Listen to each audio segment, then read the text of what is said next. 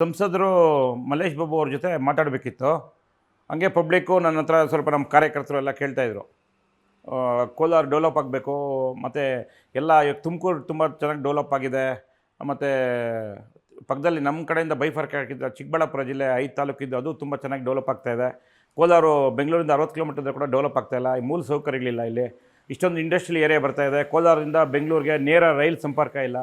ಮತ್ತು ಇಂಥ ಒಳ್ಳೆ ಪ್ರವಾಸಿ ತಾಣಗಳಿದೆ ಕೋಲಾರ.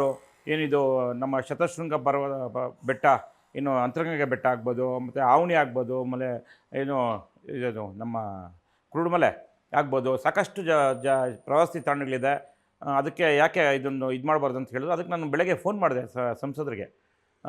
ಸರ್, ಕೋಲಾರಿಂದ ಏನೇನೋ ಒಳ್ಳೆ ಡೆವಲಪ್ಮೆಂಟ್ಸ್ ಜನ ಬಯಸ್ತವ್ರೆ, ನಿಮ್ಮನ್ನು ಎರಡೂ ಪಕ್ಷದವರು ಆಯ್ಕೆ ಮಾಡಿ ಕಳಿಸಿದ್ದಾರೆ.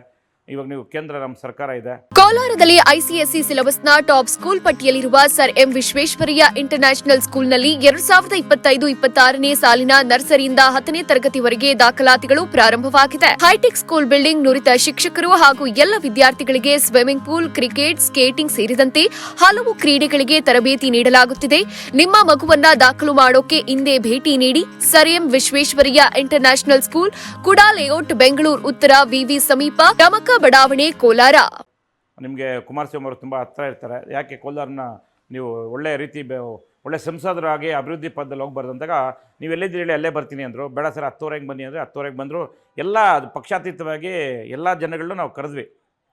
ಪ್ರಮುಖರನ್ನ, ಸ್ವಲ್ಪ ಎಜುಕೇಟ್ಸು, ಆ ಥರ ಈ ಥರ ಜನ ಏನು ಅಭಿವೃದ್ಧಿ ಪರ ಯೋಚನೆ ಮಾಡ ಅವರು ಕ್ವಶನ್ಸ್ ಆಯಿತು. ಇವರು ಚೆನ್ನಾಗಿ ಮಾತಾಡಿದ್ರು. ಒಳ್ಳೆಯ ಒಂದು ಏನು ಕೇಳಿದ್ರು ಜನ ಅದ್ರ ಬಗ್ಗೆ ಎಲ್ಲ ಪಾಯಿಂಟ್ ನೋಟ್ ಮಾಡ್ಕೊಂಡವರು. ಅದ್ರ ಬಗ್ಗೆ ಏನು ಮಾಡ್ಬೋದು, ರಾಜ್ಯ ಸರ್ಕಾರ ಏನು ಮಾಡಬೇಕು, ಜಿಲ್ಲಾಡಳಿತ ಏನು ಮಾಡಬೇಕು, ನಗರಸಭೆ ಏನು ಮಾಡಬೇಕು, ಕೇಂದ್ರ ಸರ್ಕಾರದಿಂದ ನಾನೇನು ಮಾಡ್ಬೋದು, ಇವೆಲ್ಲ ಮಾತಾಡೋದು ತುಂಬ ಅಟ್ರಾಕ್ಷನ್ ಚೆನ್ನಾಗಿತ್ತು ಜನ ಮತ್ತು ಅವ್ರ ನಡುವೆ.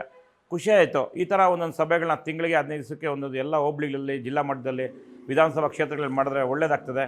ಅಟ್ಲೀಸ್ಟ್ ಅಭಿವೃದ್ಧಿಗೆ ಜನ ನೋಡ್ತಾರೆ. ಇವತ್ತು ಕಾಂಗ್ರೆಸ್ ಇದ್ದರೆ ಕೂಡ ನಾವು ಕುಚ್ಚಿಬಿಟ್ಟು ಕೇಳ್ಬೋದು ಅನ್ನೋ ಒಂದು ಉದ್ದೇಶದಿಂದ ಮಾಡಿದ್ದು. ತುಂಬ ಚೆನ್ನಾಗಿ ಯಶಸ್ವಿ ಆಯಿತು. ಖಂಡಿತವಾಗಿ ನಮಗೆ ಭರವಸೆ ಇದೆ ನಮ್ಮ ಸಂಸದರ ಮೇಲೆ.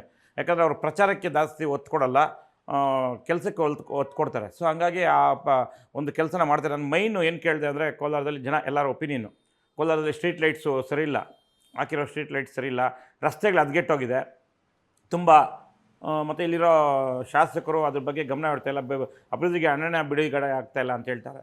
ಎಲ್ಲದಕ್ಕಿಂತ ಮಿಗಿಲಾಗಿ ಕೋಲಾರದಿಂದ ಬೆಂಗಳೂರಿಗೆ ನೇರ ಸಂಪರ್ಕ ಬೇಕು. ಇಷ್ಟೊಂದು ಎಂಪ್ಲಾಯ್ಮೆಂಟ್ ಕ್ರಿಯೇಟ್ ಆಗಿದೆ. ಇದು ವೇಮಗಲ್ಲು ಇಂಡಸ್ಟ್ರಿಯಲ್ ಏರಿಯಾ ಆಗ್ಬೋದು, ನರಸಾಪುರ ಆಗ್ಬೋದು. ಇವತ್ತು ಕೋಲಾರದಲ್ಲಿ 3 ಲಕ್ಷಕ್ಕಿಂತ ಜಾಸ್ತಿ ಜನಸಂಖ್ಯೆ ಬೆಳೀತಾ ಇದೆ. ನೇರ ಸಂಪರ್ಕ ಬಂದರೆ ಕೋಲಾರ ಕೂಡ ಅಭಿವೃದ್ಧಿ ಪಥದಲ್ಲಿ ಹೋಗ್ಬೋದು ಅಂತ ಹೇಳಿದಾಗ, ಮೈನ್ ಆದ್ಯತೆ ಅದಕ್ಕೆ ಕೊಡಿ ಸರ್ ಅಂತ ಹೇಳಿದಾಗ ತುಂಬ ಒಳ್ಳೆಯ ರೀತಿ ರೆಸ್ಪಾನ್ಸ್ ಮಾಡಿದ್ದಾರೆ. ಲ್ಯಾಂಡ್ ರೇಟ್ ಜಾಸ್ತಿ ಆಗಿರೋದಕ್ಕೆ ಮತ್ತೆ ಇನ್ನೊಂದು ಸತಿ ರಿಕ್ವೆಸ್ಟ್ ಮಾಡೋಣ ಅಂತ ಹೇಳಿದ್ರು. ಸರ್, ನೀವು ಒತ್ತಾಯ ಮಾಡಿ ಕೇಳಿ ಅಂತ ಹೇಳಿದ್ರು.